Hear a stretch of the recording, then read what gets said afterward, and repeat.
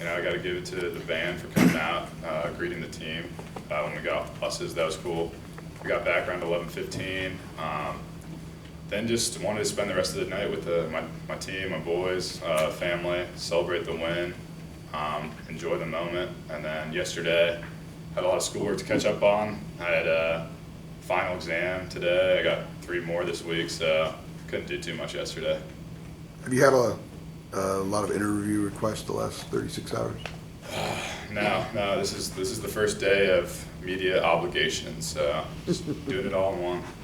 Nick, I don't think anybody in here would have said you lost the game if you missed that field goal. But do you look at it in terms of you won the game for the team? No. You lose as a team, you win as a team. We wouldn't have been in that situation if I would have made the field goals earlier. But, people make tons of plays throughout the game that even got me into the situation to have the opportunity to make that kick. Mitch had a hell of a game. The receivers played incredible, offensive line. It was just a complete team effort. Defense played great. It's just special teams did well. There's no time where a player can lose the game or win the game. It's all a huge game, lots of plays in it. Everything causes it. Did the kick come out low on the extra point that was blocked? Yeah, it came out a little low, which is on me. So needed to get the ball up higher to not give them a chance to block it. So was that in your head as you're making your steps for the final field goal? No. For the final field goal, you're only as good as your next kick. So after the missed 51 and the blocked extra point, I just wanted a chance to redeem myself, have an inner swagger about yourself, and have the confidence to go in there and say, I want to win this game. So hopefully the offense can get us down there and get a shot. Last week, Mitch stood up there and said that when he watched the film of the drive against Pittsburgh the next day, he was nervous because he wasn't during the game. Have you watched the 54-yarder, and how did you feel when you saw it? And were you like, we need to make sure it got in there? Oh yeah, watching it made me a lot more nervous than in the moment. I think I watched the TV version of it, and it showed me leading up to it for like a minute or two, and watching myself, that made me very nervous. And I was trying to think back. I don't remember doing any of that, like tying my shoe before the kick, little things like that. I was just visualizing making the kick and going to find the snapper and the holder, Joey and Kyle, and celebrating with them. That's all I was thinking about. So now that you've seen it on film, how would you critique your little run down the sideline with the chops and everything? Oh gosh, I don't know. There's been a lot of negative and positive feedback from the celebration. The Florida State fans have been the nicest to me on social media, but I also have had a lot of positive feedback from Florida fans. So they said I'm always welcome in Gainesville. That's nice. Yeah, I won't give myself. I wouldn't redo anything, change anything up. I did run into a cameraman at the end that knocked me down, and when I was running, I was thinking I got to get to our UNC fan section. That's what I was trying to get to, but I fell like 15 yards short. So. Last year, Michigan State beat Michigan, I think, on a field goal or something like that. Yeah. Last second, and their kicker had a memorable celebration. There was an online poll on ESPN yesterday, or the other night even, your celebration versus his. Did you see that, and did you vote? Yeah, no, I didn't vote. I thought his celebration was very clever, very funny, and in the moment it was awesome. I remember watching it last year and thinking it was pretty hilarious. If I had to vote, I would say if you're not a Florida State fan, you'd probably think the celebration was better, just because of it was a little more taunting towards the opponent than his was. Man, you told us the other night that you blacked out during that. That was going through your head when you started to do the chop. Like, how did it come about? I wish I remembered. It was a little instinct.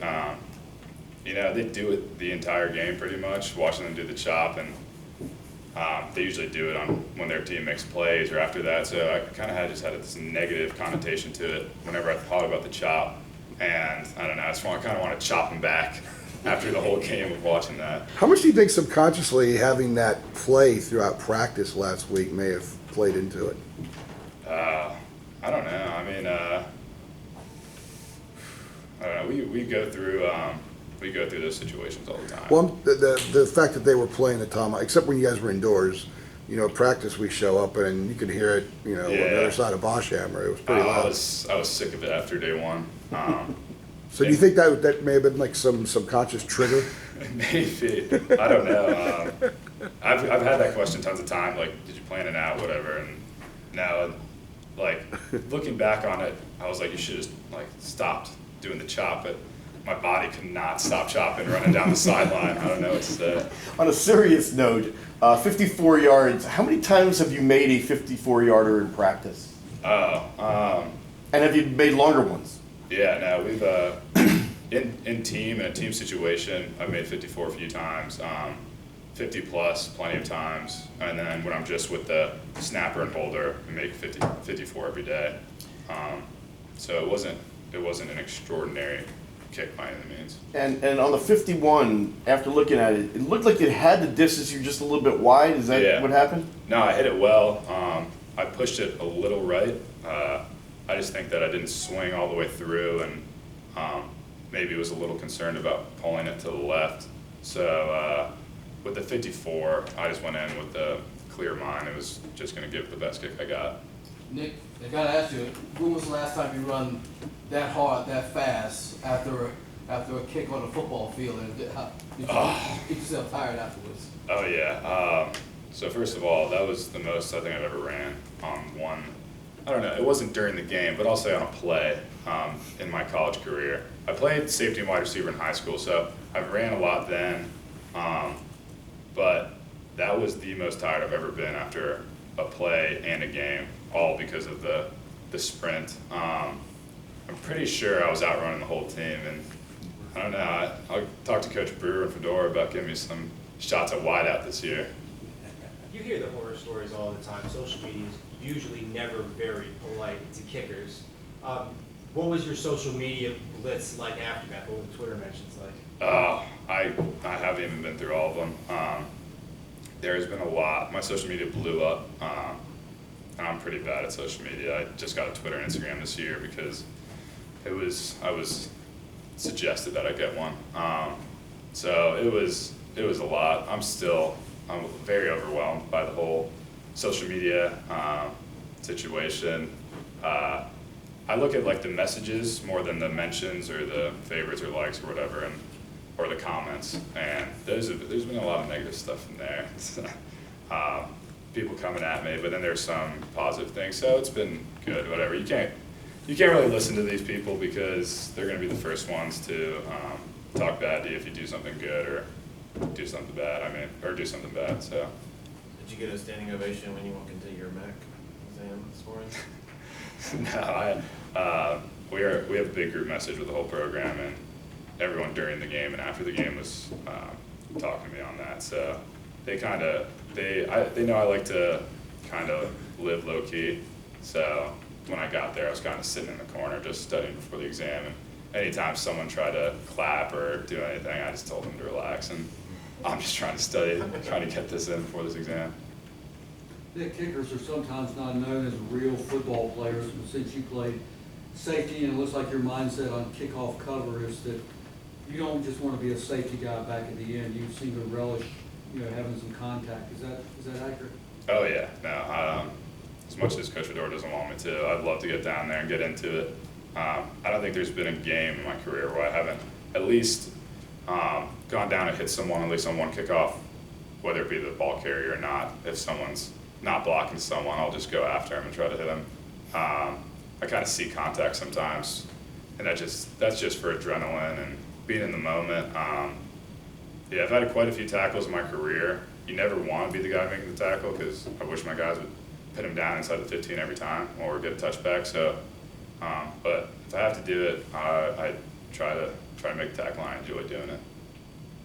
Coach Fedora and some of the players were saying that they didn't mess with you before that last kick. Is that how you prefer it? Yeah, no, I don't mind it. Either way, looking back, I was trying to think about everything that happened. I had one trainer who is Greek, and I'm Greek. So he came up to me, he was giving me water, and just talked about, go make this kick, it's what Greeks do. I had Mitch come up to me and, you know, say he loves me no matter what happens. And that honestly, that made a big difference because just thinking about that, knowing that this team, this culture, this program, we have each other back no matter what.